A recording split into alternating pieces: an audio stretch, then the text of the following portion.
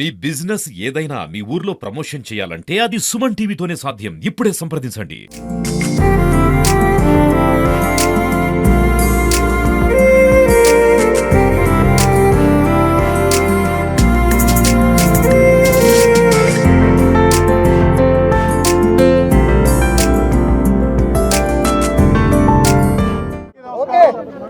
ఏదైతే గౌరవ ముఖ్యమంత్రి గారు చంద్రబాబు నాయుడు గారు ప్రమాణ స్వీకారం చేసిన తర్వాత ఒక్క సంతకంతో పేదలకు అయితే పెన్షన్ ఇస్తా ఉన్నారో 3,000ని 4,000 రూపాయలు చేసి పేదవారి యొక్క కళ్ళల్లో ఆనందం చూడాలని చెప్పి ప్రతి 1వ తారీఖుకి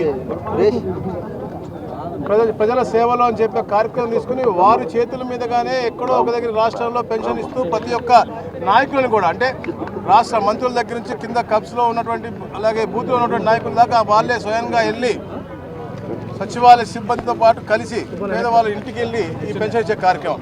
అదే కాకుండా ఏదైతే వికలాంగులు ఉన్నారో వాళ్ళకి 6,000 రూపాయలు, అలాగే డయాలసిస్ పేషెంట్లకు 10,000 రూపాయలు, ఏదైతే మంచానికి పూర్తిగా ఉండేటటువంటి విభిన్నమైనటువంటి ఇబ్బందులను కలిగిన వాళ్ళందరికీ కూడా 15,000 రూపాయలు. చరిత్రలో ఎప్పుడు కూడా ఎవరు ఊహించని విధంగా ఈ ప్రపంచంలో కాదు ఎక్కడ కూడా ఇలాంటి స్కీమ్ లేనటువంటి పరిస్థితి.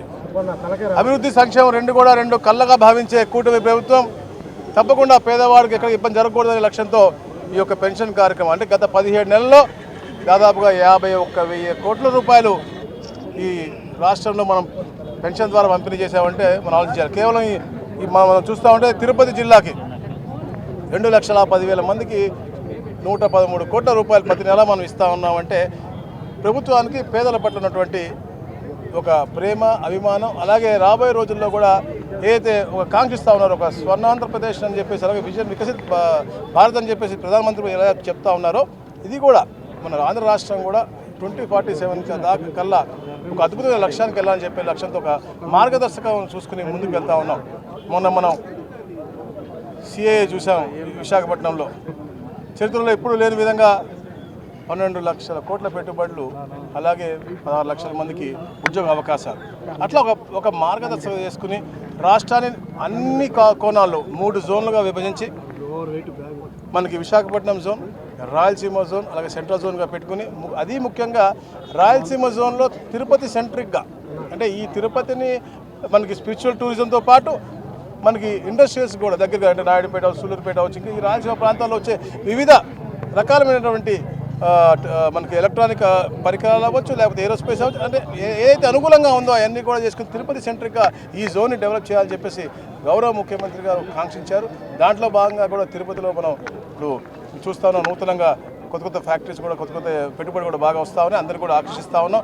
తిరుపతికి కూడా పట్టణానికి కూడా దగ్గరలో చాలా అంటే ఒక ఎకో సిస్టమ్ డెవలప్ చేసే విధంగా చాలా న్యూ టౌన్షిప్లు, న్యూ కన్వెన్షన్స్ అన్నీ కూడా టూరిజం ద్వారా కూడా మనం క్యాబినెట్లో అప్రూవ్ చేసుకుంటా ఉన్నాం. సో అంటే ప్రజలందరూ కూడా ఒక హ్యాపీ హెల్దీ వెల్దీ వాతావరణం క్రియేట్ చేయాలని లక్ష్యంతోనే, ఆనందమైన వాతావరణం క్రియేట్ చేయాలని లక్ష్యంతోనే ఈ కూటమి ప్రభుత్వం పనిచేస్తూ ఉంది. అవన్నీ కూడా ఈరోజు పునాది వేస్తే 2-3 సంవత్సరాలకు 3 సంవత్సరాలకు మనకి ఒక వాటి నుంచి మనకి రిజల్ట్ వస్తుంది. కాబట్టి అవన్నీ కూడా క్రమం తప్పకుండా ప్రతి ఒక్క నాయకుడు, ప్రతి ఒక్క ఆఫీసర్ కష్టపడి పనిచేయాలని చెప్పేసి కూడా మేము కోరుతా ఉన్నాం.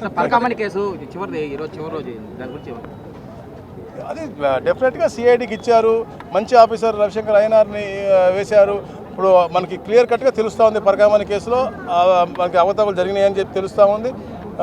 మనకి నిన్నటితో అయిపోయింది. హైకోర్టు ఇది కూడా 27th అక్టోబర్ ఇచ్చారు, నిన్నటితో అయిపోయింది. రేపటికి వాళ్ళకి ఒక రిపోర్ట్ కూడా వాళ్ళు ఇస్తారు. రిపోర్ట్ మనకి క్లియర్ కట్ తెలిసిపోతా ఉంది ఎవరు తప్పు చేశారు, ఎవరు తప్పించుకోలేరు. ఎందుకంటే ఒక మనిషి దగ్గర నుంచి అతను దొంగతనం చేసిన తర్వాత కాంప్రమైజ్ అనేది అది చరిత్రలో మనం ఎప్పుడు ఎక్కడ విననటువంటి విషయం. అది కూడా ఎవరైతే వెళ్ళారో, ఎవరైతే మన సిఐడి పిలిచిందో వెళ్ళారో వాళ్ళు కూడా చెప్తా ఉన్నారు తప్పు జరిగింది, ఎవరైతే తప్పు చేశారో వాళ్ళని అరెస్ట్ చేయండి అని చెప్తా ఉన్నారు. కాబట్టి అంటే వాళ్ళలో కొందరు దొంగ ఉందని చెప్పేసి వాళ్ళే ఒప్పుకుంటా ఉన్నారు.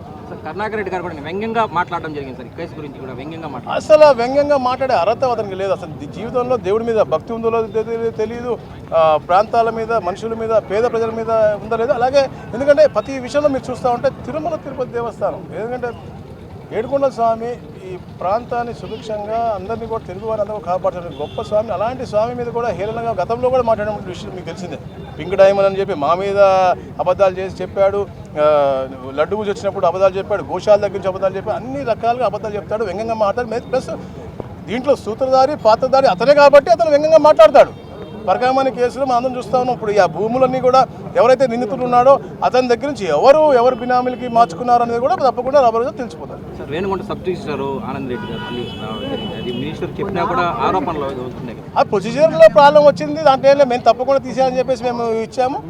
వాళ్ళు కోర్టు నుంచి ఆర్డర్ తెచ్చుకున్నారు కదా అని చెప్పేసి ఐజీ గారు అసలు అతను కూడా పెట్టాడు. బట్ కోర్టు ఆర్డర్ ప్రకారంగా ప్రొసీజర్గా పెట్టాడు. బట్ ఏదైనా తప్పు ఉంటే ఆ కన్సర్న్ డిఐజీ ఎవరైతే ఉన్నారో వాళ్ళ మీద తప్పకుండా యాక్షన్ తీసుకుంటాం. కల్తీ అయిపోయాను కూడా నిన్న చెప్పాను. నిన్న కూడా హాజరయ్యారు అందరు గతంలో ఉన్న వాళ్ళు. 100% జరిగిందని వాళ్ళు ఒప్పుకుంటున్నారు.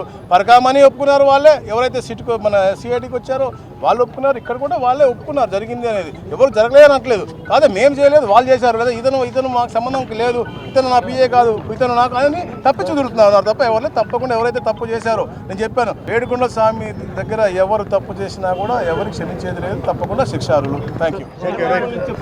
ఉన్నారు తిరుమలలో వైసీపీకి సంబంధించినటువంటి 150 ఆకర్ లైసెన్స్ కూడా నేటికి కొనసాగుతుంది. దానిపైన ఇంతవరకు ఏంటది 150 ఆకర్ లైసెన్స్ నేను దాని మీద ప్రక్షాళన తిరుమల నుంచి చెప్పారు.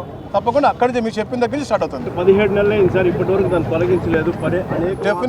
డెఫినెట్గా అన్నీ కూడా చూసుకుంటాం. మొన్న బోర్డు మీటింగ్లో మాట్లాడారు ఈవో గారితోనూ, అడిషనల్ ఈవో గారితో. నేను కూడా ఇవాళ చైర్మన్ గారితో మీటింగ్ ఉంది ఈవినింగ్, నేను కూడా మాట్లాడతాను. తప్పకుండా దాని మీద యాక్షన్ తీసుకుంటాం. Thank you.